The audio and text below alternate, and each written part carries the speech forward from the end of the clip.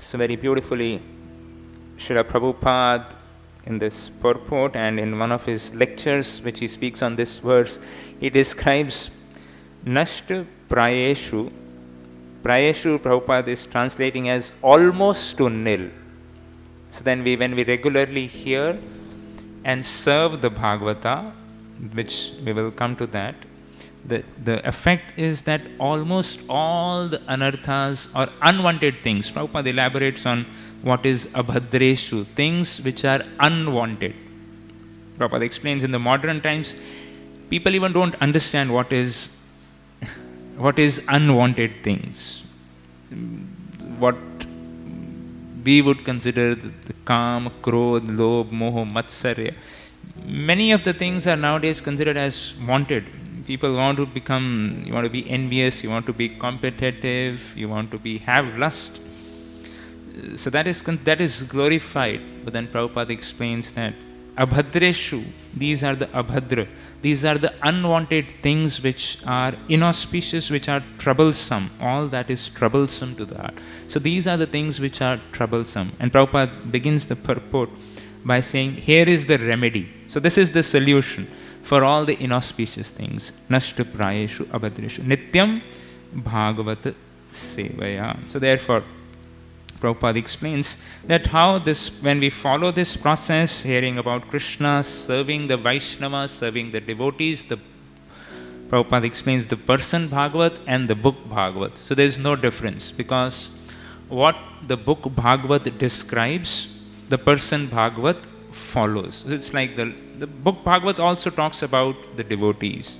The Srimad Bhagavatam speaks about the Lord, and when we speak about the Lord, it is interconnected to speak about the devotees. When we speak about Narsingadev, we cannot not mention Sri Prahlad. Probably the name of Prahlad Maharaj is more times, I think Braj Bihari Prabhu one time gave the analysis that the name of Prahlad Maharaj is many more times than the name of Lord Narsimhadev in the Srimad Bhagavatam. So these two are very intimately connected. Therefore, Prabhupada concludes, the Acharyas conclude, that there is absolutely no difference between a person Bhagavat and a book Bhagavat.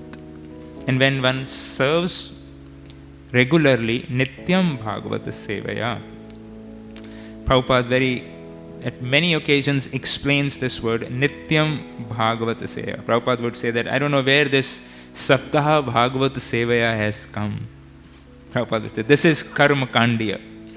I sit down for Bhagavad Saptaha for once in a year, and remaining, 357 days or 358 days, I do all nonsense.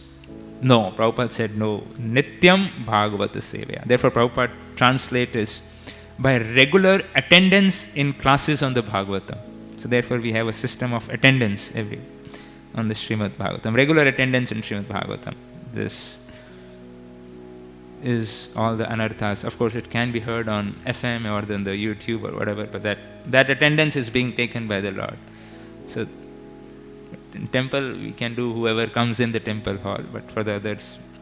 So anyway, this is how Prabhupada explains this, that when one regularly follows the prayeshu, most of the anarthas go away, and one comes to the stage of nishtha, determination or steadiness to follow the path of devotional service.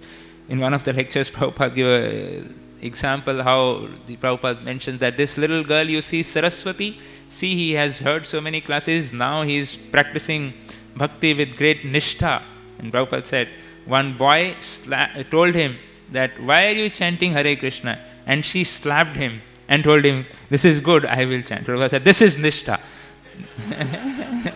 When people will come to us and offer different arguments so nishtha is the stage when we regularly hear and serve the Bhagavatas, then we develop that steadiness, even though many doubts would come, many